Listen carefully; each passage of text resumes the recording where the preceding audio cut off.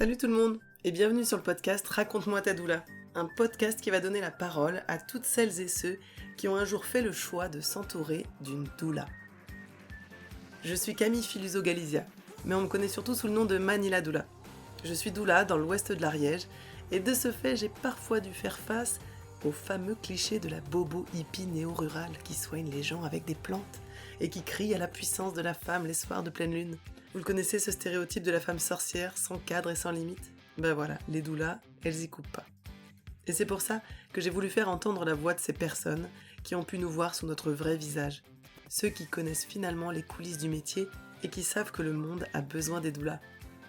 Vous êtes parents, futurs parents, professionnels de la santé, sages-femmes, médecins, qu'importe. Si vous vous posez des questions sur les doulas, que vous cherchez à comprendre leur rôle, leurs outils et leur impact dans notre société, alors vous êtes au bon endroit. Dans ce podcast, vous entendrez des témoignages de personnes ayant fait appel à des doulas, et ce pour plein de raisons différentes.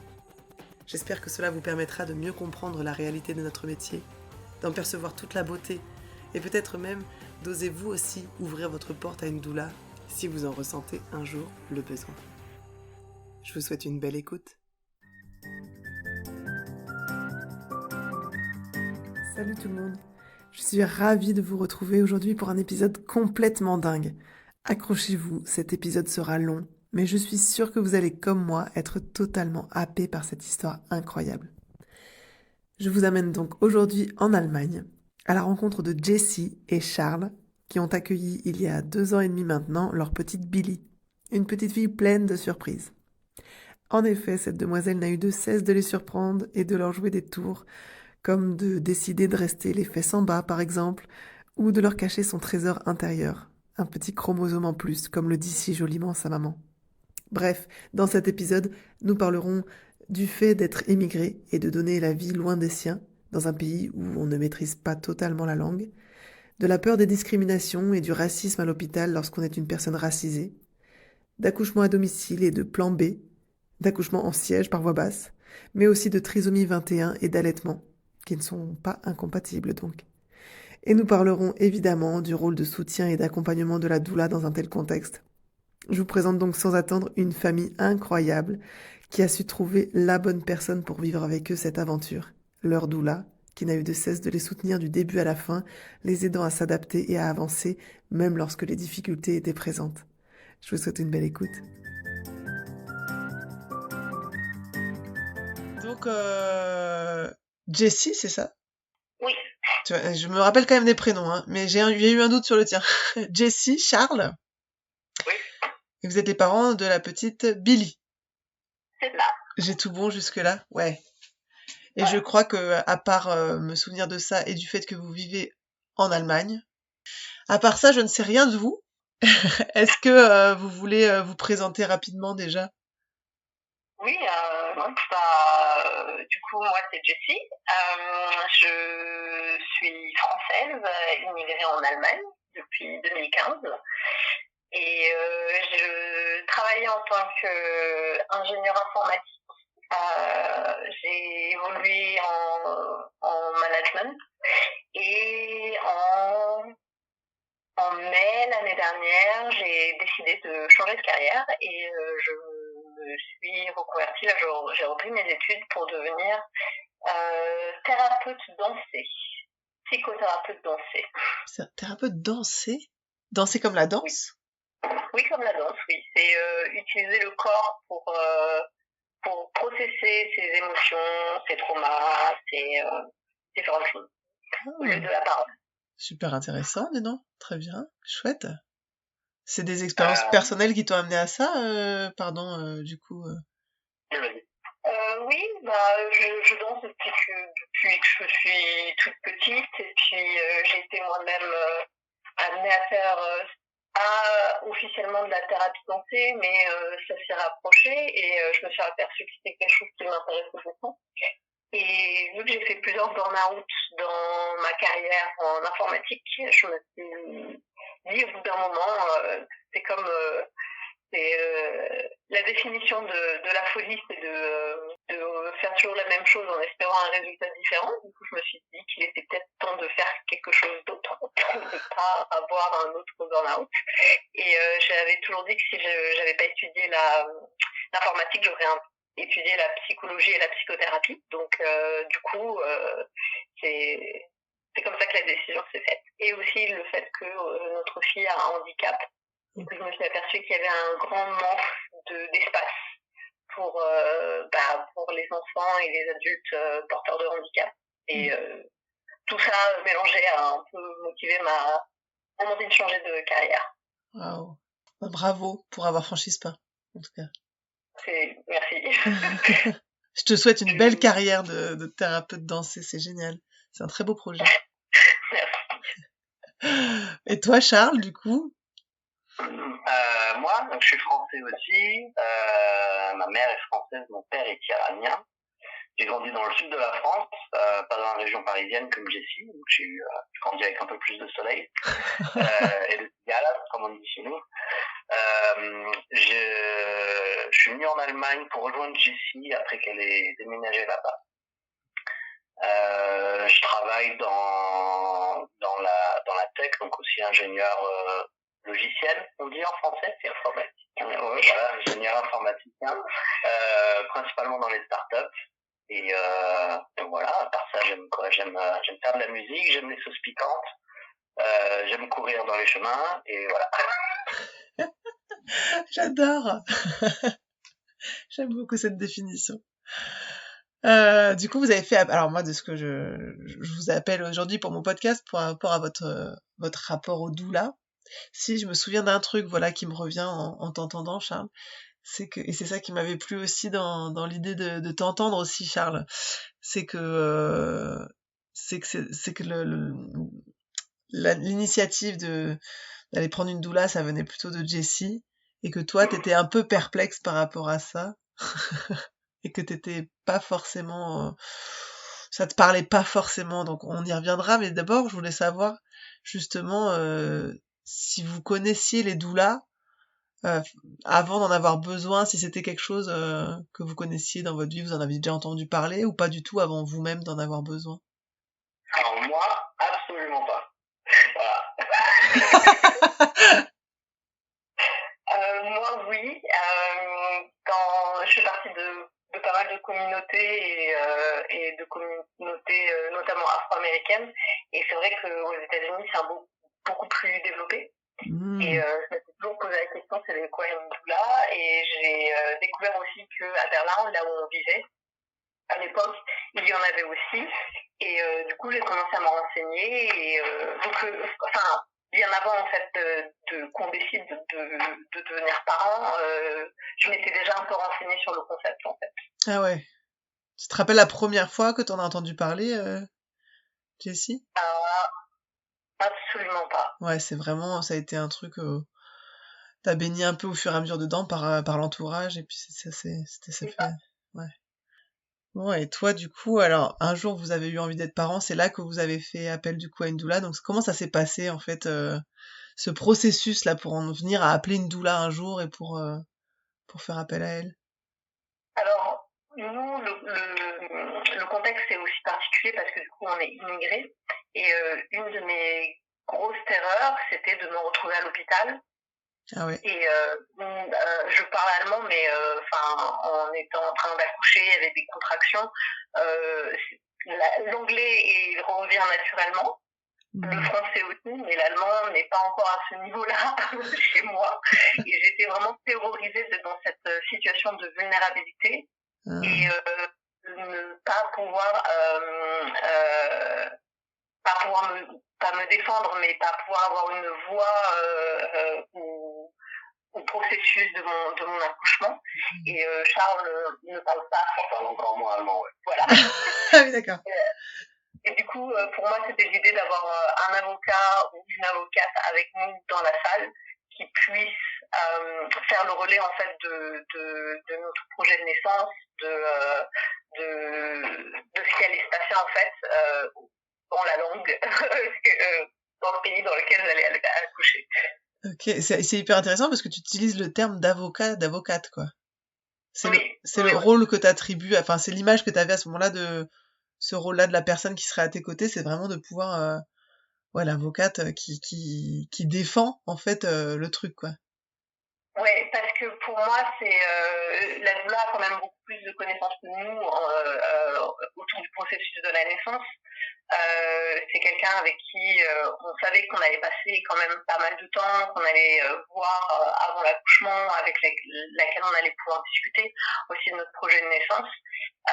Il faut aussi savoir, en fait, tout simplement, à l'origine, je voulais accoucher à la maison. Ok. Je suis terrorisée des hôpitaux.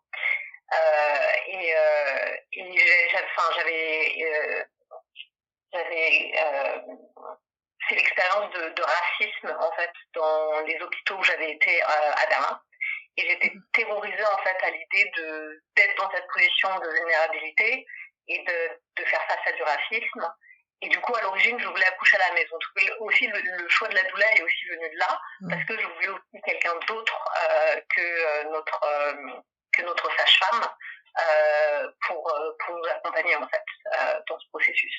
Donc, c'était à l'origine pourquoi on avait pris une doula. Il s'est avéré que notre fille est arrivée faites la première, et que le projet est un peu tombé à l'eau. Mais du coup, notre doula est quand même venue nous soutenir à l'hôpital. Elle n'a pas été autorisée dans la salle d'accouchement, mais par contre, elle nous a... c'était principalement à cause du Covid. Oui. Mais elle nous a rejoint dans notre chambre après. On lui a demandé du soutien. Ah oui, donc il y a eu tout un processus. Donc du coup, t'as commencé à la chercher vraiment dès qu'il y a eu ce bébé qui est arrivé en toi, ou déjà avant, ou pour la trouver elle? Non, on a commencé à chercher quand on a su que j'étais enceinte. Et on a eu notre premier rendez-vous avec elle, je crois, j'étais enceinte de 5 ou 6 semaines. Ok. Et alors Charles, comment Jessie a abordé ce désir de doula auprès de toi? Comment toi tu l'as perçu? Qu'est-ce que tu t'es dit les premières fois qu'elle a parlé de ça? Alors moi je me rappelle plus trop. Donc du coup tu me diras, Jessie, si ma mémoire est biaisée ou déformée. Mais je pense que quand Jessie m'en a parlé, je me suis dit que c'était les 2 trucs principaux auxquels j'ai pensé, c'est si c'est quelque chose dont tu as besoin, dans tous les cas, on fait. C'est toi qui porte le bébé, qui va accoucher. Moi, j'ai pas grand-chose à faire là-dedans, en termes d'effort. Et l'autre aspect, c'est quand on a commencé à en parler un peu plus, moi, ce que je trouvais intéressant avec une doula, c'est que le corps médical, du moins en Allemagne, dans beaucoup de pays européens en tout cas, va faire tout ce qu'ils peuvent pour minimiser les risques, ce qui est bien en soi, parce qu'ils veulent préserver la vie des patients. Mais c'est pas forcément aligné avec la volonté ou le projet de naissance. La doula va être une personne un peu neutre, qui va pouvoir s'interposer entre les parents, qui sont très biaisés, parce que c'est des parents. Ils sont en train de vivre un accouchement, c'est le chaos total. Et le corps médical, pour justement pouvoir défendre le projet de naissance. Et par exemple, si on veut éviter une césarienne, toucher un peu pour éviter la césarienne, qui va être des fois un peu trop rapide. Pareil pour ce qui est des injections d'oxytocine ou ce genre de choses.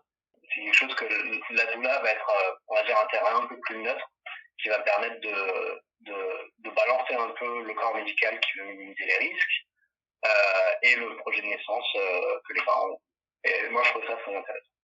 C'est bien, t'as vite adhéré au projet, en fait. Enfin, quand je t'entends, on entend que t'as l'air convaincu maintenant du projet initial, qui peut-être n'était pas quelque chose auquel t'aurais pensé par toi-même, quoi.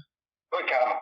Du coup, vous avez fait comment pour la trouver, cette doula? Est-ce qu'il y en existe plusieurs chez vous en Allemagne? Comment ça se passe, les doulas là-bas? Alors moi, j'avais des critères assez particuliers. Il n'y en a pas tant que ça, mais il y a un centre de formation qui s'appelle le Center for Doula Pathway, qui a du coup un centre à Berlin, et dont la responsable en fait aussi forme à l'étranger, en France notamment. Et je voulais donc déjà il n'y en a pas énormément, donc j'ai vu un peu le champ. Mais moi, je voulais aussi une personne qui avait un peu le même background d'immigration que nous, et qui était, tout simplement, qui était aussi noir, en fait. Ah oui. Savoir quoi, ce que j'allais vivre. Et pour me soutenir en comprenant un peu aussi mon histoire, mes craintes aussi, donc comme je disais, mon passif d'expérience de racisme dans l'hôpital, pour pouvoir me soutenir, pour pouvoir aussi défendre du coup ce côté plus culturel qui était important pour moi. Ouais. Et du coup, j'ai fait un peu mes recherches dans les groupes dans lesquels je fais partie, et le nom de Kamalo Gaskin est revenu plusieurs fois, m'a été beaucoup recommandé. Du coup, on l'a contactée, j'ai regardé, en fait, c'est elle la responsable du centre de formation de doula à Berlin et à l'international. Donc, on s'est dit... la chance pour qu'elle ait de la place pour nous, c'est pas forcément dit. On va essayer de la contacter comme elle. Et en fait, elle a accepté avec énormément de plaisir de nous soutenir, d'être notre doula. Donc oui, voilà, ça s'est un peu fait comme ça. On recherche aussi, comme je disais, je voulais accoucher à la maison. Donc on recherche aussi quelqu'un qui avait cette expérience, en fait, d'accompagner des femmes à l'accouchement à la maison. Et c'était son cas. Elle a elle-même accouché, je crois, 3 fois toute seule chez elle. Donc elle a l'expérience dans son corps, et elle a aussi l'expérience pour accompagner des personnes. Et donc voilà, le choix s'est fait un peu comme ça. Et alors cette première rencontre avec elle, est-ce que vous vous rappelez de cette rencontre? Quelles impressions vous avez eues lors de cette première rencontre tous les deux? Alors la première fois qu'on l'a eue, c'était au téléphone. On avait eu un rendez-vous téléphonique d'abord avec elle. Okay. Et moi, je me rappelle ce qui m'avait marqué. Kamalo a une voix très douce et elle parle très lentement. Et nous, on est très speed. C'est vrai que du coup, quand on l'a eu au téléphone, on s'est regardé, on s'est dit, mais en fait, on ne sait pas si ça va marcher, parce que elle est tellement calme que on avait envie de la secouer un peu, à lui dire mais parle un peu plus vite. Mais par contre, toute son approche, pour moi, a résonné beaucoup en moi, en fait.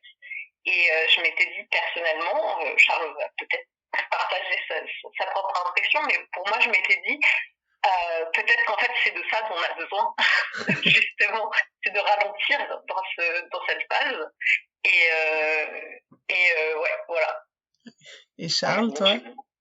Ouais, c'est ce dont je me rappelle aussi. Et puis surtout, moi, je me rappelle que Jessie avait l'air convaincue que c'était une personne, Kamalo, qui serait capable de la comprendre et de la soutenir. Et que ça, pour moi, c'était avant tout le plus important, parce que ouais, j'étais plus convaincu que Jessie avait besoin d'une doula plutôt que moi. Donc, on va dire que pour ce qui est des critères de choix, si on trouvait quelqu'un qui marchait pour Jessie, c'était ce qu'il fallait. Oui, après, il y a eu la rencontre en chair et en os. Ça s'est fait chez vous, ou elle a un cabinet? Comment? Non, elle est venue chez nous. Ouais. Elle est venue chez nous, et du coup, il y a eu les questions un peu pratiques de où est-ce qu'on souhaitait accoucher dans l'appartement, parce que, encore une fois, à ce moment-là, j'étais encore au tout début de ma grossesse, on pensait encore à l'accouchement à la maison. Donc on a eu des conversations très pratiques sur comment gérer sur trouver une piscine. Ou trouver une piscine, oui, c'est vrai, ou trouver une piscine d'accouchement. Et moi, j'ai eu une grossesse un peu... Enfin, elle n'a pas été compliquée, mais j'ai eu des nausées jusqu'à mon 7e mois. Oh. Et très compliqué, j'ai dû être arrêtée de travail parce que ça avait pris tellement de place que je n'arrivais même plus à réfléchir. Et même à me lever, parfois c'était compliqué. Et du coup, on a aussi discuté de ça, de comment arriver à gérer mes nausées. Kamalo a une approche somatique. Donc on a aussi fait des exercices ensemble où elle m'a massée, elle a appris à Charles aussi à comment réaligner mon bassin, parce que j'avais eu aussi des problèmes de bassin, désaligner. Et du coup, elle nous a montré des exercices à faire qui me soulageaient, où elle a appris à Charles à les faire quand j'en avais besoin aussi. Voilà, c'est principalement, je crois, notre premier rendez-vous, on avait discuté de tout ça. Donc, je pense que ça a duré 2 ou 3 heures avec une heure et demie où elle était juste avec moi à faire les exercices, à faire les exercices de détente, de relâchement, de gestion de mes nausées et du coup de réalignement de mon bassin. Génial. Ouais, et toi, Charles, qui a vu ça, est-ce qu'à ce moment-là, t'avais déjà tellement discuté avec Jessie de ses besoins, de pourquoi une doula, etc. Est-ce que ça y est, t'étais déjà convaincu du truc, ou est-ce que aujourd'hui t'en parles convaincu parce que c'est a posteriori et que t'as vu toute l'évolution de ce lien avec elle, de ce qu'elle vous a apporté, etc. et qu'aujourd'hui t'en es convaincu, mais est-ce qu'à ce moment-là, lors de cette première séance, il y avait encore un scepticisme ou quelle posture t'avais vis-à-vis de sa venue chez vous et de ce qu'elle pouvait proposer, toi? Moi, je suis convaincu à la première visite. Je sais que je suis peut-être, je suis assez ouvert d'esprit en général. Ouais. Mais je pense qu'un des trucs qui m'a convaincu, c'est que Jessie avait beaucoup de nausées, et quand elle a fini de faire les exercices avec Camalo, elle a dit, ah, ça va mieux. Et je me suis dit, cool, elle va peut-être aller mieux pendant 1 heure avant que les nausées reviennent. Mais au moins, on a un exercice qu'on peut faire, et qui, du coup, va aider Jessie avec la gestion de ses nausées. Ouais. Ouais, donc il y avait vraiment quelque chose de concret à mettre en place, un truc où tout de suite vous avez vu l'efficacité, et toi,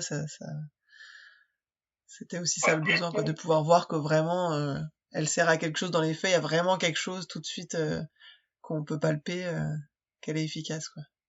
Alors ça, et puis aussi dans les discussions qu'on avait, je voyais qu'elle était, elle comprenait Jessie, et que c'est vraiment ce dont Jessie allait avoir besoin pour le projet de naissance, quoi. Ouais. Oui, cette posture. Parce que c'est vrai que du coup, pour nous, enfin en tout cas pour moi, ça a été vraiment l'approche somatique et effectivement le soutien psychologique, parce qu'il faut aussi comprendre que accoucher loin de sa famille, c'est pas facile en fait. Moi, mes parents pouvaient pas et je ne souhaitais pas que mes parents passent les 9 mois chez nous non plus. Mais du coup, avoir une autre forme de soutien, que tout ne soit pas que sur les épaules de mon mari, par exemple, c'est vraiment important en fait. Ouais. Et moi, ça m'a aussi apporté une présence qui m'a beaucoup aidée, parce que j'ai eu beaucoup de mal. J'étais workaholic et j'ai eu beaucoup de mal à accepter que ma grossesse m'empêchait de travailler. Et j'étais suivie par un thérapeute. J'étais aussi, dans le cadre de mon travail, j'avais aussi un coach. Les deux me disaient, il faut absolument que tu arrêtes, ça ne va pas du tout. J'avais un burn-out en fait qui traînait depuis un petit moment, et que la grossesse a un peu fait exploser. Et tout le monde me disait, mais il faut que tu arrêtes. Et je n'arrivais pas à lâcher, parce que je me définissais par mon travail. Et le travail avec Camalo, et comme je disais, sa douceur, son calme m'a beaucoup aidée en fait à lâcher prise et à me rendre compte que cette grossesse, que cet enfant que je faisais grandir en fait avait vraiment besoin de moi. Il avait besoin de mon calme pour pouvoir grandir sereinement en fait. Que je lui envoie pas en fait des doses de cortisol alors qu'il est juste en train de se former, et je pense que je lui avais déjà dit en plus, je lui ai répété ça dernièrement parce que je lui écris encore de temps en temps. Je suis persuadée que si ma grossesse s'est aussi bien passée, mis à part mes nausées, c'est parce que elle était avec nous en fait. Oui. Parce qu'elle m'a appris un ralentissement que je n'avais jamais fait avant. Ouais. Et la grossesse nous apporte déjà ça, mais on l'écoute pas toujours, et c'est vrai que c'est ce genre de personne qui peut nous amener à entendre. Alors, il y a plusieurs questions qui me viennent en t'entendant, alors j'essaie de m'en rappeler parce que j'oublie très vite. Quand tu parlais de la famille qui était loin, depuis que vous êtes là, parce que tu parlais de 2015, toi, à peu près, pour d'être là en Allemagne, est-ce que vous êtes recréé une famille de cœur, j'ai envie de dire, autour de vous, quand même? Vous avez du monde? Non. Pas tant que ça. Moi, j'avais une communauté, du coup, on a déménagé depuis, mais quand je vivais à Berlin, j'avais une communauté, mais alors c'est la chose très particulière et très amusante. Tous mes amis, toute ma communauté française étaient déjà parents. depuis un moment. Et par contre, toute ma communauté à Berlin était soit célibataire, soit en couple mais sans enfants et sans intention d'en avoir. Donc, dans tous les cas, en fait, je me suis retrouvée un peu, même avec mes amis, un peu déconnectée parce que j'étais la première à tomber enceinte de notre groupe en Allemagne. Et puis alors, c'est vrai que on a beau dire, mais quand on passe le cap de devenir parent, on passe un peu dans un autre monde et c'est pas toujours évident d'être compris et d'être soutenu de la bonne manière par ces personnes-là. Ouais. De ton côté aussi, Charles, c'est pareil, il y avait pas des personnes soutenantes comme ça qui pouvaient être. Non, parce que moi j'avais cofondé une start-up du coup que j'ai quitté juste avant qu'on décide de devenir parents justement. Et on va dire que les seules personnes que je voyais pendant les 4 dernières années, c'était les personnes avec qui je travaillais dans ma start-up. Oui, donc c'est pas forcément des gens que vous voyez dans l'intimité, enfin, avec qui vous auriez pu aller vous épancher sur les problématiques. C'est pas non plus ce que j'appellerais une seconde famille ou une famille de cœur, quoi. Ça reste des gens avec qui je travaille beaucoup, je passais beaucoup de temps, mais ouais. Ouais. Oui, là, dans le cadre de la grossesse, du coup, vous êtes vraiment reposé sur cet accompagnement avec Camalo, alors. Ouais. C'était le soutien principal. Tu disais que tu avais quand même, du coup, un coach et un thérapeute à côté, donc il y avait un suivi par rapport à cette grossesse et tes difficultés psychologiques, etc. Donc il y avait quand même des professionnels du domaine médical qui t'accompagnaient aussi, ou uniquement coach. Quand tu parles de thérapeute, c'est... Alors, le coach, c'était dans le cadre de mon travail, parce que j'étais manager, donc j'avais un coach pour me soutenir. Donc, non, une fois que j'ai été arrêtée du travail, je ne l'ai plus revu. Mais oui, j'ai été suivie par une psychothérapeute parce que, alors, on n'en parle pas beaucoup, mais moi, j'ai fait une dépression prénatale. Ouais. Et du coup, c'est d'ailleurs grâce à Charles qu'on a trouvé. Du coup, j'ai été suivie pour cette dépression par cette psychothérapeute qui m'a énormément aidée. Énormément aidée. Je pense que la combinaison de Camalo et de cette thérapeute a vraiment été essentielle pour ma grossesse. Et on avait aussi une sage-femme. Puisqu'en Allemagne, en fait, on est suivi par un gynécologue, mais il s'occupe vraiment que de l'aspect médical pur, donc les tests sanguins, etc. Et la sage-femme, c'est quelqu'un qui... en gros, quand on est enceinte, on nous dit vous devez vous trouver une sage-femme parce qu'elle va vous suivre pendant toute la grossesse. Et on peut alterner les rendez-vous de check-up avec la sage-femme ou avec le gynécologue. Et ils font aussi du coup le suivi postpartum jusqu'à 3 mois et c'est couvert du coup par... il me semble que c'est jusqu'à 3 mois, je suis plus sûre à 100%. Il me semble que c'est jusqu'à 3 mois parce que ils sont censés nous faire une introduction à la diversification. On diversifie pas à 3 mois, hein, mais c'est pour préparer en fait les parents. J'allais dire Non, en Allemagne, c'est plutôt 6 mois. Ouais. Je sais qu'en France, ils poussent autour de 4 mois, mais Allemagne, c'est vraiment 6 mois, à 6 mois de diversification. C'est fou les différences. Mais oui, du coup, on a une sage-femme qui est aussi couverte par l'assurance maladie. C'est génial. Et du coup, encore une fois, vu que je voulais accoucher à la maison, on avait une obligation d'avoir une sage-femme. Et il fallait du coup qu'on ait une sage-femme qui ait la licence pour pouvoir accompagner un accouchement à la maison. Oui, alors là-bas en Allemagne, c'est autorisé, c'est autorisé, on fait ce qu'on veut en fait, mais les sages-femmes à domicile n'ont pas, c'est plus reconnu qu'ici en France où elles sont un peu chassées par ceux qui sont au-dessus. Elles sont un peu chassées, c'est un peu comme en France, parce que le coût de leur assurance...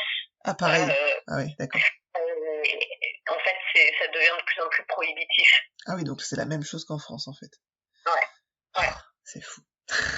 D'accord. Du coup, vous aviez quand même donc cet accompagnement aussi régulièrement avec cette sage-femme jusqu'à quel mois à peu près? De toute façon, c'est jusqu'à quasiment la fin avant de s'apercevoir que...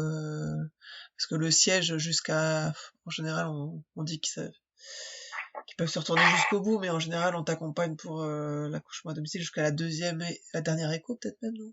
À quel moment il y a eu un projet qui a changé, en fait, de ce projet maison à ce projet, OK, là, ça va pas le faire, on va aller à la mater, et le projet change? À 8 mois, je Ouais. crois, à 8 mois, j'avais toujours l'espoir que notre fille se tourne au dernier moment. Pour la petite histoire, apparemment, ma sœur, quand ma mère a accouché d'elle, s'est retournée au moment de l'accouchement. Elle était aussi les fesses en premier jusqu'au moment de l'accouchement. Donc, vu que c'était quelque chose qui était déjà arrivé dans ma famille, je tenais encore l'espoir. Donc jusqu'au bout, on a vraiment, on s'est quand même accroché à garder le plan de secours entre guillemets de l'accouchement à domicile. On a commandé la piscine, qu'on a du coup jamais montée.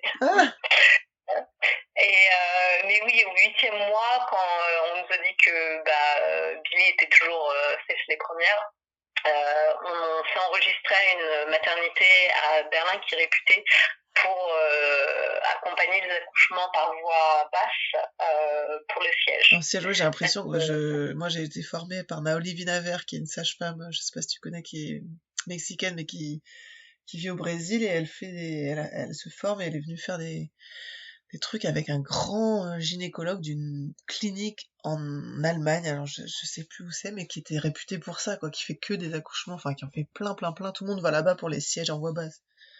Ouais, c'est le seul à Berlin qui fait ça. Ah bah donc ça doit être ça, ouais.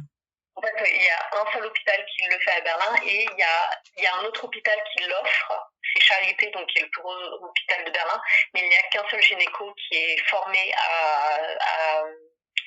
à la pratique. Et alors j'ai vu des vidéos de lui, c'est génial. Enfin oui, pour le coup c'est incroyable de voir des vidéos d'une naissance respectée comme ça, avec un siège. Ouais. On a d'ailleurs regardé du coup des vidéos d'accouchement par siège parce qu'on voulait savoir le process nous-mêmes, et je voulais que Charles s'assure que les docteurs fassent la manœuvre correctement. Ouais, c'est cool. Je veux dire, finalement, on se retrouve bloqué dans un taxi de nulle part, et que sache à peu près les manœuvres qu'il faille faire. Ouais, on ne sait jamais. Plan C. Oui, c'est ça, tu sais au moins ce qu'il faut faire. Ou ne pas faire, ouais. Tu peux voir la vidéo avant l'accouchement que pendant. Non, c'est vrai. Et vous saviez déjà, du coup, que la doula serait pas acceptée avec vous en maternité, à vos côtés? Alors, oui, à cause du Covid. Il y avait une histoire du Covid où effectivement il réduisait au maximum les personnes autorisées dans la salle d'accouchement. Mais elle nous avait effectivement dit que parfois ça dépendait vraiment des équipes du ward d'accouchement, du département d'accouchement. Que ça dépendait, en fait, il y avait des équipes qui la laissaient sans problème venir, et puis il y en avait d'autres qui étaient beaucoup plus réticents à avoir une doula sur place. Ça t'a pas angoissé, toi qui étais en panique des hôpitaux, d'être seule sans avocate pour te défendre, ça t'a pas paniqué un peu en fin de grossesse, ça? Alors j'ai paniqué, mais c'est surtout de voir mon projet de naissance partir à l'eau. Ouais. C'est surtout ça qui me... Et oui, effectivement, devoir accoucher à l'hôpital, mais cet hôpital, notre doula nous l'a aussi recommandé. Ouais. Et notre sage-femme en nous disant, en gros, dans l'ordre de choix par rapport à votre projet de naissance, c'est d'abord la naissance à la maison, et vraiment juste après, vous n'aurez pas mieux que cet hôpital-là pour accoucher. Ouais. Même si Billy ne s'était pas présenté par voie basse, vous nous avez dit que c'est l'hôpital qu'on vous aurait recommandé dans tous les cas. Et donc du coup, ça m'a beaucoup aidé à me calmer. Puis du coup, on a visité l'hôpital aussi. On a rencontré les équipes, et tout était positif en fait. Donc ça m'a beaucoup aidé à me calmer. Ouais, donc là encore, finalement, c'est aussi un peu elle, Camalo, qui a fait aussi ce rôle de vous rassurer par rapport à ça, et de reparler du coup de ce nouveau plan qui s'offrait à vous en le voyant d'un autre regard, quoi. Ouais. Ouais, du coup, Camalo, durant la grossesse, en tout cas, si on revient un peu en arrière, vous la voyez très régulièrement, ou c'est toi qui demandais quand il y avait un besoin, ou il y avait des choses posées régulièrement avec des séances types? Comment ça se passait? Non, c'est moi qui l'a contactée quand j'en avais besoin. Ouais.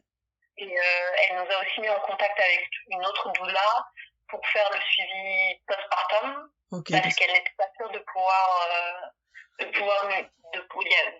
être disponible pendant cette période-là. Donc elle nous avait trouvé aussi une autre doula qu'elle avait formée. Elle accompagnait d'autres personnes, elle disait suivant quand ils accouchent, ils ont besoin. Ouais. Et donc elle travaille quand même main dans la main avec d'autres doulas autour d'elle. Ouais. C'est chouette. Toi, Charles, pendant les séances, du coup, tout au long de la grossesse, est-ce que t'étais présent, ou est-ce que des fois il y avait des séances qu'avec Jessie? Est-ce que les séances où toi t'étais là, tu te sentais écouter aussi, toi, en tant que futur papa? Je me rappelle plus, je crois que la plupart des séances, j'étais seul avec elle, parce que c'était principalement les exercices. Ouais. Et après, oui, les séances où j'étais là, c'est plus moi, du coup, j'écoutais ce que disait la doula pour apprendre et essayer de me supporter de Jessie aussi. Et après, je sais pas, c'est peut-être ma personnalité, mais j'avais pas forcément le besoin en tant que futur papa à processer ou autre chose. Toi, ça allait avec ça. Tu sentais pas ce besoin particulier d'avoir cet espace-là pour toi aussi. C'est marrant, ce truc, je trouve qu'à chaque fois. Parce que, on se demande toujours, parce qu'il y a quand même ces rôles ça apparaît régulièrement, hein, les futures mamans qui ont vraiment un besoin d'accompagnement comme ça avec une doula, et puis les futurs, quand c'est des partenaires masculins, en tout cas, il y a une certaine, pour certains, c'est une certaine pudeur ou une certaine distance, pas dans le sens péjoratif, mais ouais, le besoin est pas toujours ressenti. Ouais, après, je sais pas, moi j'imagine que si mon corps était en train de changer, que j'avais des hormones qui partent dans tous les sens, que je vais avoir un accouchement qui arrive, tout le monde en parle, en disant ah, c'est un truc énorme, intense, etc. Je pense que j'aurais peut-être besoin de plus de soutien, mais c'est vrai que pendant les 9 mois de la grossesse, y a rien qui change chez moi, physiquement, physiologiquement non plus. Et après, pour ce qui est on va dire, je sais pas, préparation mentale, moi je m'étais juste dit que peu importe la façon dont j'essaye de me préparer, je sais que je serai pas prêt à ce qui va se arriver après la naissance.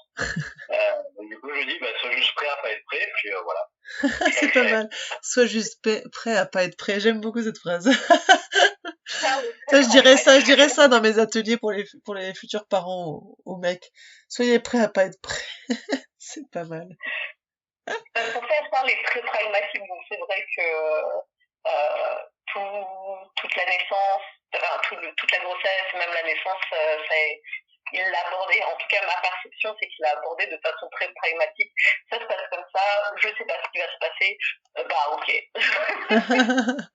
Alors, probablement un bébé, pas de a priori, on l'aurait vu. Ah oui, ça j'ai effectivement demandé plusieurs fois pour vérifier bien que combien est-ce que mais pas deux. Combien s'il y avait bien que un bébé et pas deux, c'est ça? Ouais. Ah oui. Et on n'est pas revenu dessus, mais du coup, la question du handicap, tu parlais du handicap de votre fille. Est-ce que vous l'avez su à la naissance, ou est-ce que ça a été su avant? Non, on a appris le diagnostic de trisomie 21 de notre fille à la naissance. Ça n'avait pas été diagnostiqué avant aux échos?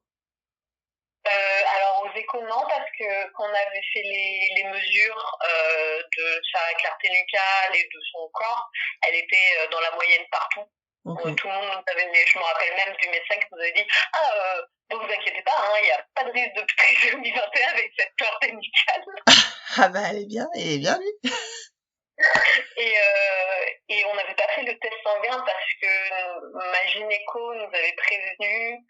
Il y a eu une date limite, mais je crois que c'est lié à la date de quand si tu décides d'interrompre ta grossesse, mais à l'époque je ne le savais pas. Mais on avait une date limite pour faire le test et elle m'a prévenu le jour de la date limite. Ah oui. Je devais faire ce test, mais il n'est pas obligatoire et je m'étais dit si j'insiste, je sais que je pourrais trouver un laboratoire pour faire le test aujourd'hui.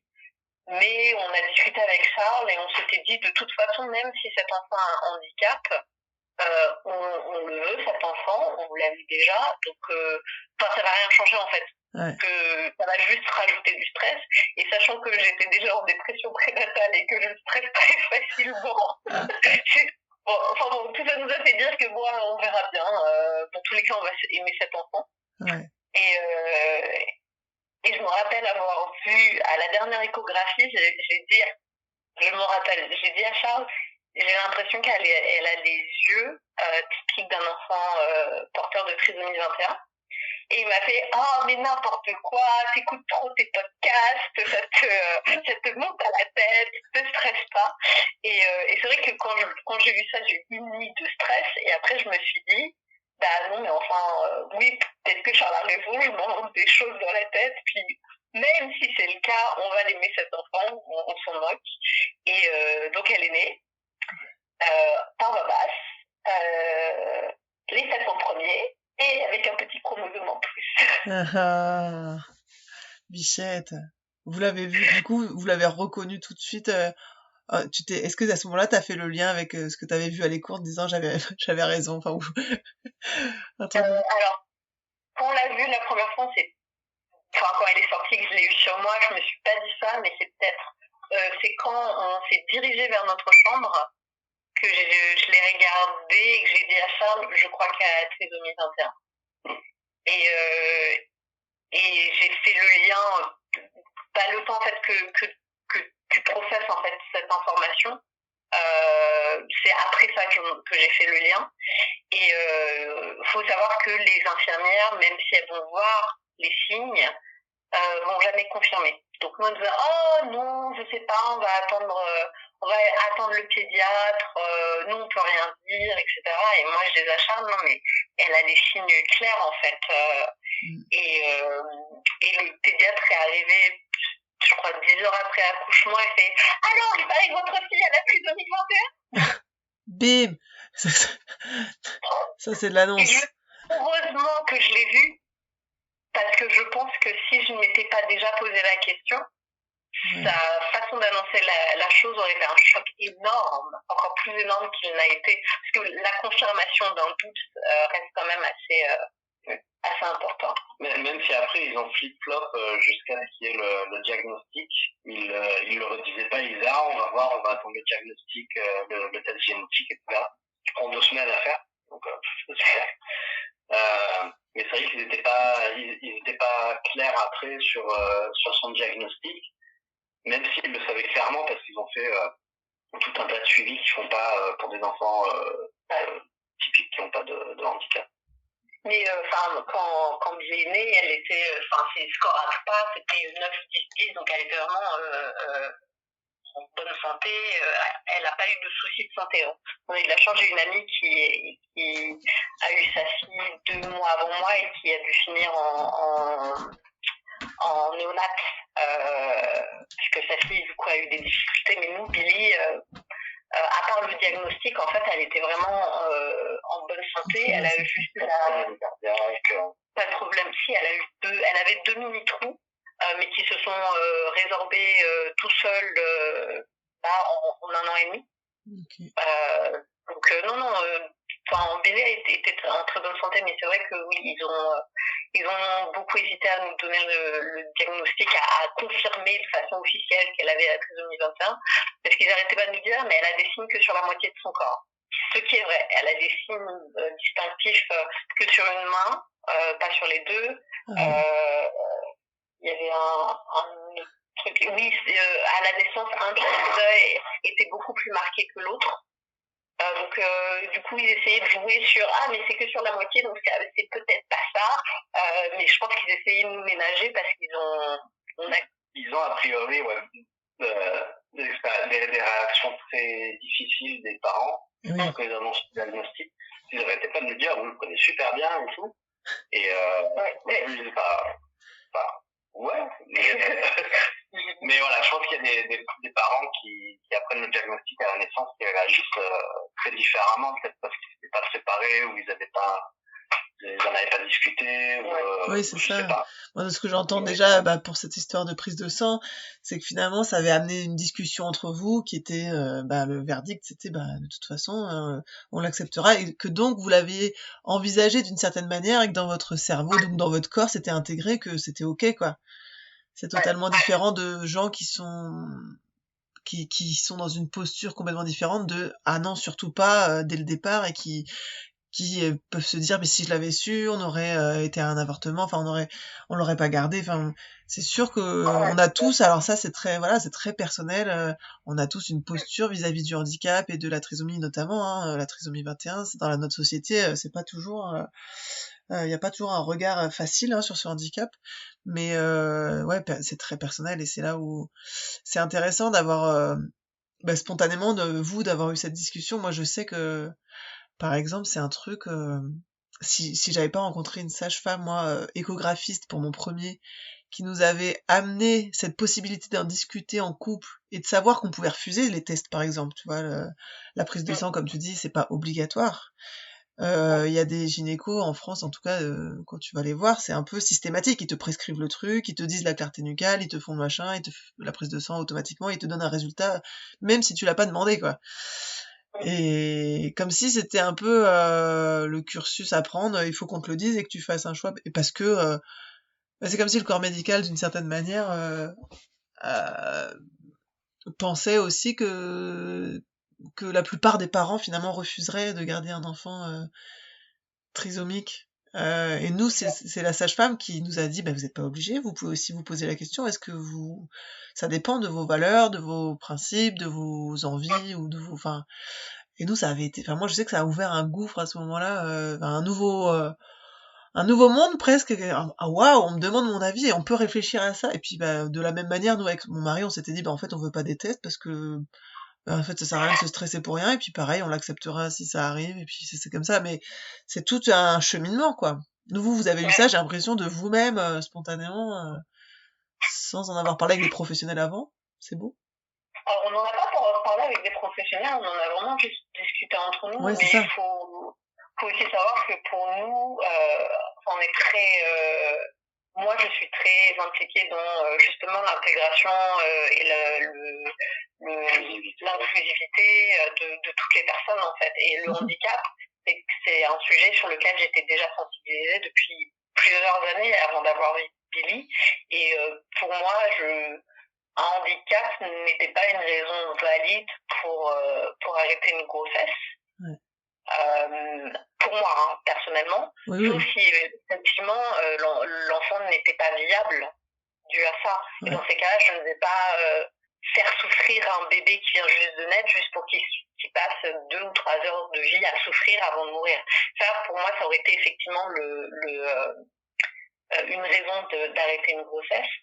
Mais sinon, un autre handicap n'aurait pas été une raison pour moi, en fait. Ouais.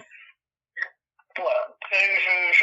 Nous, on est parti du principe, on a eu notre enfant, j'avais 34 ans, donc on a eu le temps aussi de voir d'autres familles, de les voir grandir. Et pour nous, quand on a décidé d'avoir un enfant, c'est qu'on savait aussi que un enfant peut aussi naître avec un handicap, et c'est ok, ça reste notre enfant, ça reste... Ça, t'as des handicaps qui ne se voient pas à la naissance, t'as aussi un enfant sur le spectre autiste qui ça arrive beaucoup plus tard. Et en fait, t'as un enfant et puis voilà, l'enfant va se développer d'une façon ou d'une autre. Non, c'était pas tant de contrôle que dessus. C'est ça. Non, c'était juste dit qu'aider au développement, mais ça peut l'être. Ouais. Voilà, nous on s'était dit, dans tous les cas, on va aimer cet enfant et on va tout faire pour lui donner toutes les clés possibles pour qu'il ou elle se développe le mieux possible. C'était le seul objectif en fait quand on a décidé d'avoir un enfant. Et après sa naissance, du coup, est-ce que ça a été un sujet en soi de discussion avec votre doula, par exemple, aussi, la parentalité d'un enfant porteur de handicap? Oui. Et, alors, juste on était sensibilisés, mais il faut quand même admettre que avoir l'annonce a été quand même difficile. Ouais. Nous, il nous a fallu, enfin, moi, il m'a fallu, je sais personnellement, 4 jours pour digérer l'annonce. Et c'est pas 4 jours où j'ai rejeté mon enfant ou quoi, c'était 4 jours où j'ai beaucoup, beaucoup pleuré parce que j'étais extrêmement inquiète de comment la société allait accueillir notre fille. C'était ça qui me terrorisait. C'était pas son handicap, j'en avais en soi rien à faire de son handicap, mais ce qui me terrorisait, c'était la discrimination que je savais qu'elle allait subir. Ouais. Devoir gérer en fait un suivi médical dans un pays où on parle pas si bien la langue. Bon, bah, du coup, ça nous a beaucoup plus boosté notre allemand. Moi, c'était ça, en fait, qui m'a terrorisée, qui a fait que j'ai eu besoin de 4 jours, en fait, pour digérer l'information. Parce que j'étais en mode panique. Mais une fois que, en fait, on s'est dit, bon, bah, ça y est, enfin, elle est là, on se met en ordre de bataille et on va la soutenir et après, ça a été. Oui, non, mais ça paraît tout à fait normal, hein, et que ce soit handicap ou autre chose, hein, tout comme tu peux avoir besoin de temps pour intégrer parce que, je sais pas, tu projettes, on projette toujours de toute façon des choses sur son enfant. Quelqu'un qui va projeter d'avoir une fille parce qu'il veut surtout pas un fils, parce que je sais pas quoi, la relation avec son frère ou machin truc, enfin bon, bref, et ben le jour J, ah bah non, finalement c'est une fille ou enfin bref, tu t'as le temps puis c'est la première fois que tu le vois ton bébé, donc il faut intégrer de toute manière ce que tu vois aussi, donc avec toute la totalité, toutes les projections, oui, la société comme tu dis, tout ce que ça va engendrer derrière. Et toi, Charles, de ton côté, tu te sentais comment vis-à-vis de tout ça? Moi, ça a été plus simple ou plus rapide, je sais pas quel des termes est le mieux. Et je me suis vraiment plus focusé sur ok, bah, qu'est-ce qu'il faut faire, parce qu'ils nous ont dit bah faut un rendez-vous chez un cardiologue. Je commence à appeler les cardiologues, ils disent ah oui dans 6 mois peut-être, puis t'as les docteurs qui disent non il le faut cette semaine ou dans 2 semaines. Je fais ah ok d'accord. On a parlé allemand avec les cardiologues. Voilà, il y a beaucoup de trucs qu'il faut faire de suite après, puis en même temps pour profiter de ce premier moment en famille aussi. De nourrir ma femme de saucissons, de sushis.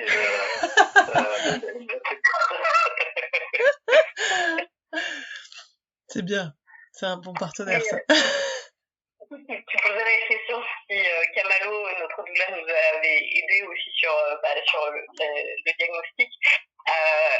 Je me rappelle, ça devait être le 2e ou 3e jour où j'étais désespérée parce que j'avais du mal à allaiter Billy. Moi, j'ai toujours voulu allaiter. Ça a toujours été dans mes plans. C'est d'allaiter notre enfant. Et quand on a eu le diagnostic, je me rappelle, Billy avait 4 heures, 5 heures de vie. Elle était encore toute petite et cette infirmière est venue et nous a fait votre fille a trisomie 21, oubliez l'allaitement, ça sera pas possible. Oh. Et je me rappelle avoir beaucoup pleuré parce que je m'étais dit cet enfant n'a même pas 1 an, n'a même pas 1 jour et on la met déjà dans une case. Ah putain ouais, c'est violent. Ça a été assez violent et du coup on nous avait donné des techniques, on essayait de l'allaiter, ça marche pas. Pour ceux qui ne savent pas, une des raisons pour laquelle elle dit ça, c'est parce que les enfants avec la trisomie ont un tonus musculaire plus faible, ce qui fait qu'ils ont du mal à avoir suffisamment de muscles qui contrôlent du muscle dans la bouche pour pouvoir téter sur le sein. C'est principalement pour ça qu'en général, elle dit elle a la trisomie, elle va avoir un problème de tonus musculaire et elle va pas pouvoir s'allaiter. Oui, il y a une manière de dire les choses, quoi. Oui, voilà, c'est ça. Tu peux quand même au moins, enfin, je sais pas, justement, accompagner la maman à faire quelque chose de mixte, quoi, mais juste des tétés qui soient pas forcément nutritives, mais de pouvoir mettre au sein, et je sais pas, ou avec un dalle, ou faire des choses, enfin, je sais pas, se renseigner sur ce qu'elle, enfin, expliquer. Justement, le DAL, c'est notre sage-femme qui l'avait suggéré et notre doula, donc Camalo, déjà ce jour-là était venue, m'avait donné d'autres techniques, elle m'avait écouté pleurer sur l'avenir de ma fille, de comment j'allais pouvoir l'aider, la protéger de cette société qui allait mal la recevoir. Et elle m'a beaucoup rassurée et elle nous a mis en contact avec une spécialiste de l'allaitement en Grande-Bretagne qui est spécialisée à l'accompagnement des parents qui souhaitent allaiter des enfants porteurs de handicap. Génial. Et apparemment, cette dame, c'est vrai que pour nous, en fait, on s'est jamais posé la question, mais j'ai commencé à chercher, je me suis rendu compte que Kamalo était extrêmement connue dans le monde doula et qu'elle avait formé elle est une partenaire de Jean-Michel Audin, par exemple. Wow. Elle a formé beaucoup d'infirmières, beaucoup de sages-femmes, beaucoup de doulas, et du coup, elle nous a mis en contact avec cette spécialiste qui apparemment a 1 an d'attente pour avoir un rendez-vous chez elle. Et on a eu le rendez-vous en 3 jours. Wow. Parce qu'elle était pote avec notre doula. Donc on a eu une chance incroyable. Ah ouais. Et du coup, cette femme nous a donné des techniques pour aider à renforcer en fait les muscles de la mâchoire et de la langue de Billy pour qu'elle puisse allaiter. Consultation sur Zoom, très pratique à organiser avec le téléphone, l'angle un peu plus à droite, vas-y mets-toi au-dessus. Elle essaie de voir en fait la bouche de Billy, comment Billy s'accrochait au sein, et du coup Charlotte avec le téléphone sur Zoom a changé l'angle. C'était ridicule. Mais ça marche. Ça a marché.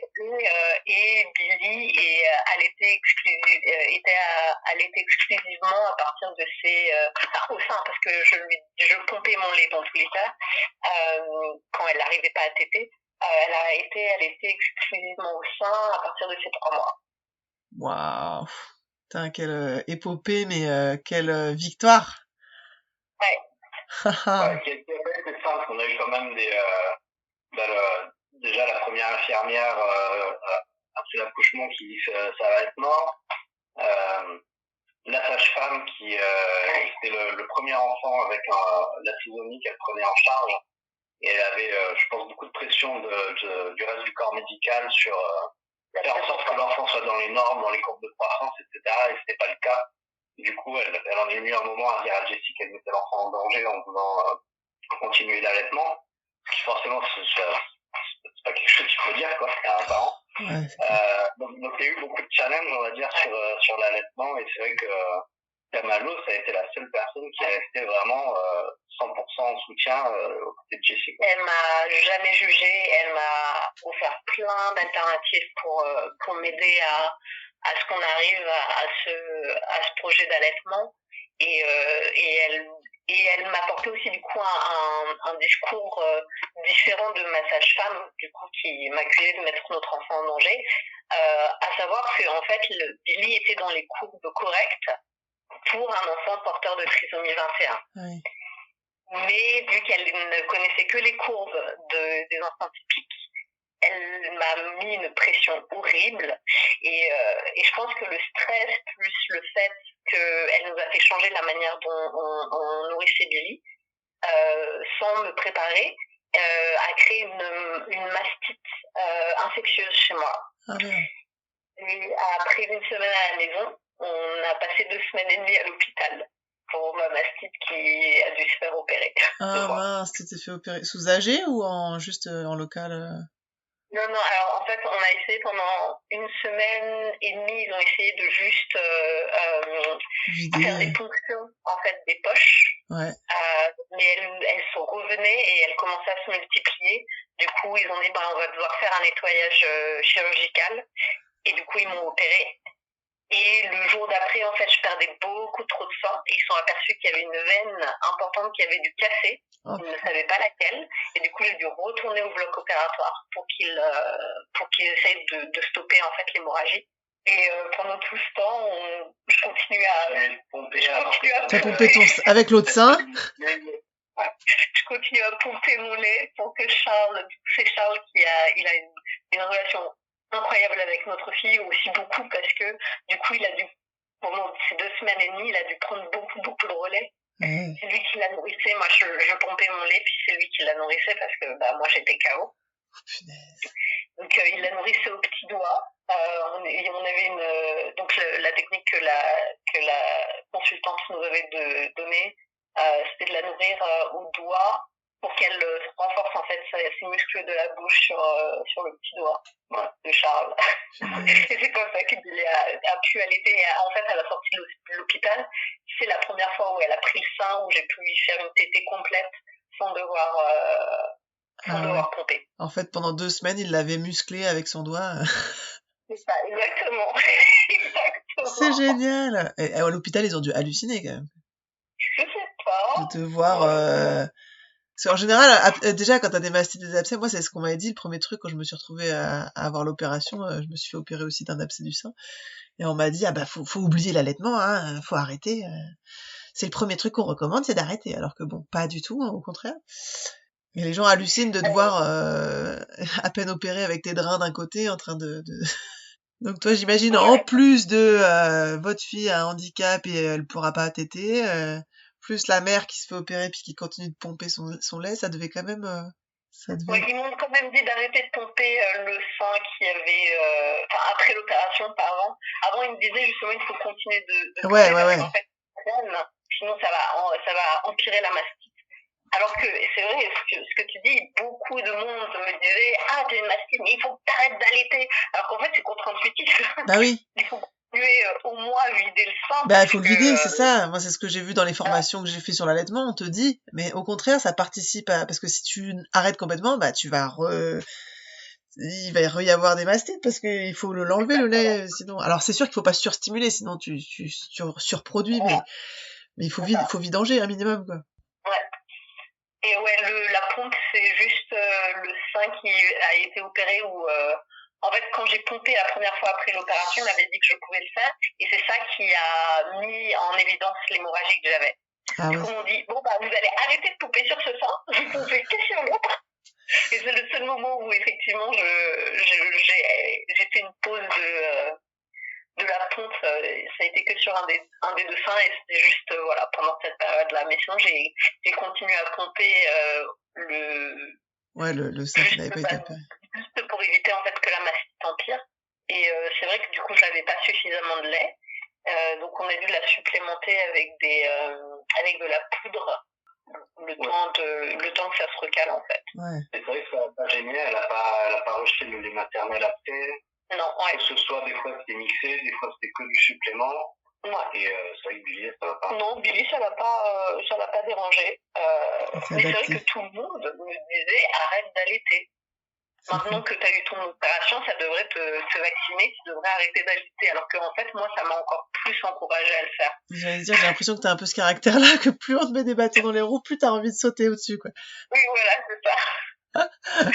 Non, je vais vous prouver que ma fille peut allaiter, je vais vous prouver que je peux l'allaiter. Ah, c'est beau. Au final, tu l'as allaité combien de temps? Elle est encore allaitée. Waouh! Et là, elle va avoir 2 ans, c'est ça, un truc dans le genre? Elle a 2 ans et 4 mois. Waouh! Eh ben, punaise! Comment prouver au monde entier qu'il faut pas s'arrêter à ce que le corps médical dit parfois, parce que des fois, le corps médical peut se tromper aussi, hein.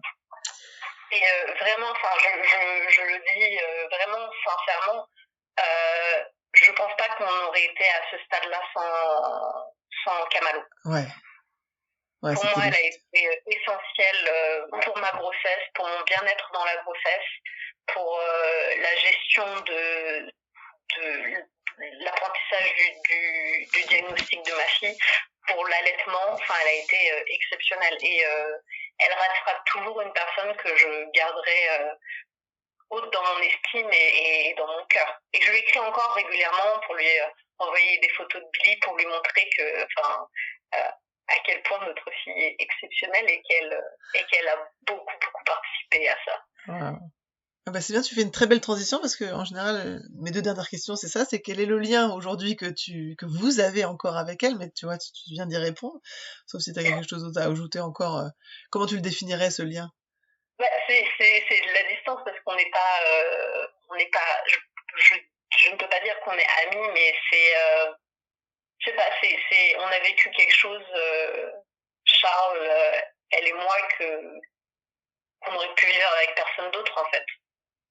Ouais. Charles, t'es d'accord? Ouais. C'est un lien privilégié, c'est pas de l'amitié, c'est pas de la famille, c'est un peu entre les deux. Ouais. Et alors, pour conclure, parce que c'est déjà, waouh, c'est déjà dense tout ce qu'on a dit là, mais je pense qu'on va conclure là-dessus, hein, c'est trop beau. Mais pour conclure, en tout cas, une question assez simple, et que je pose toujours à la fin. C'est quoi pour vous une doula? S'il devait y avoir une définition, parce qu'un jour je vais essayer de reprendre les définitions de chacun et de faire un dictionnaire de la doula. Qu'est-ce que c'est? Moi, je dirais c'est une personne qui... C'est peut-être la seule personne qui va avoir vraiment une incentive de soutenir la mère. Et je dis ça en pensant qu'il y a probablement des maris qui sont pas forcément aussi supportifs. Je veux pas me lancer des fleurs, mais qui sont pas forcément aussi supportifs. Et je pense que dans ces situations-là, la doula va vraiment être la seule personne qui va être 100% focusée sur soutenir la mère et l'enfant. Ok. Dans tout, parce que Jessie disait, je suis très pragmatique et rationnel, et je réfléchis souvent en me disant quels sont les incentives qu'une personne va avoir. Et la doula a aucune autre incentive que supporter la mère et l'enfant. Alors attends, il y a juste un mot que soit j'entends mal. Incentive, c'est intérêt, c'est des intérêts. Ouais, motivation. Incentive. Ouais, alors là, tu m'apprends un mot. Ok, donc Oui, non seulement je vais faire un dictionnaire, mais il y aura un dictionnaire des traductions en dessous. C'est on dit ça avec le mot français. Oui, alors. Oui, donc du coup, la doula, ça va être la seule personne dans tout l'entourage qui a dans la grossesse et la naissance, dans la seule motivation est de supporter la femme et l'enfant. Et oui, je dis ça en pensant que des fois, il y a des maris qui vont pas forcément être supportifs ou qui vont juste pas être présents. Ou des maris qui vont parfois mettre leur propre intérêt ou motivation au-dessus de ceux de leur femme ou de leur futur enfant. Et ouais, la doula, c'est quelque chose d'assez unique pour ça, quoi. Ok. Et le corps médical qui a des intérêts tout autres qui sont réduire les risques, optimiser pour la santé, etc. Et Jessie, toi, ce serait quoi ta définition de la doula? Alors pour moi, Kamalo, ça a été un soutien émotionnel, intellectuel, un soutien physique aussi, avec tous les exercices et massages qu'elle nous a appris pour soulager les maux de la grossesse. C'est un soutien neutre, dans le sens où, comme dit Charles, son objectif n'est pas nécessairement de pousser une pratique médicale ou quoi, c'est de nous offrir toutes les options possibles. Et pour le coup, elle nous a vraiment parlé de toutes les options possibles. Même, par exemple, comme je disais, je voulais éviter autant que possible la césarienne. On a quand même discuté ensemble de comment gérer la césarienne mentalement, physiologiquement, etc.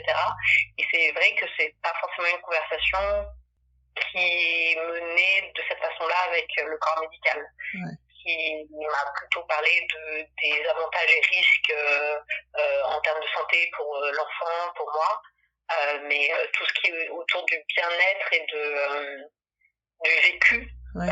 C'est des choses que je n'ai discuté qu'avec ma doula, parce que ce ne sont pas des points qui n'ont jamais été abordés, ni avec ma sage-femme, ni avec ma gynécologue ou le corps médical en général. Donc c'est vraiment quelqu'un qui est dont la priorité, c'est que le vécu de la grossesse, l'expérience de la grossesse et le vécu et l'expérience de l'accouchement soit le plus près des vœux de la famille et le plus optimal possible pour que le bien-être soit au cœur aussi de ces expériences. Parce que c'est un des soucis, par exemple, que je note, c'est souvent que quand quelqu'un a eu un accouchement traumatique, on va lui répondre « Ah, mais au moins ton bébé est là, il est en bonne santé », comme si l'expérience de la maman ne comptait pas. Ouais. Et ça, c'est quelque chose que je trouve est justement pris en compte par la doula, l'expérience de la maman aussi. Comment c'est vécu, tout à fait. Ben merci, c'est des belles définitions, ça. Je vais rajouter ça à mon dictionnaire.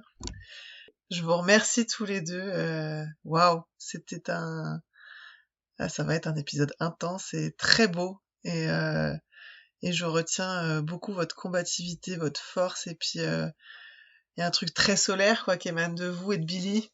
Elle est pas là à nous parler, mais on la sent très présente quand même, je trouve, là, maintenant. Ça va être une petite battante. Ça doit être une petite battante, cette fille, quand même. Hein. Incroyable. Oh ouais, elle est plus.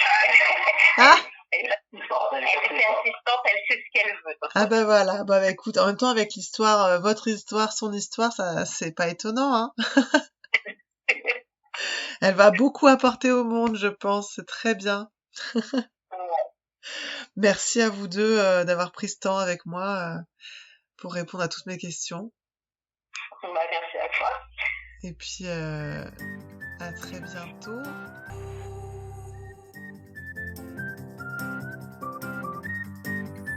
Si cet épisode t'a plu, n'hésite pas à liker, commenter, t'abonner à ma chaîne, parler de ce podcast autour de toi.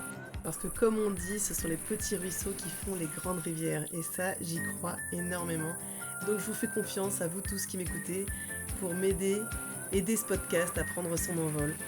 Je vous souhaite une belle semaine à tous et à bientôt.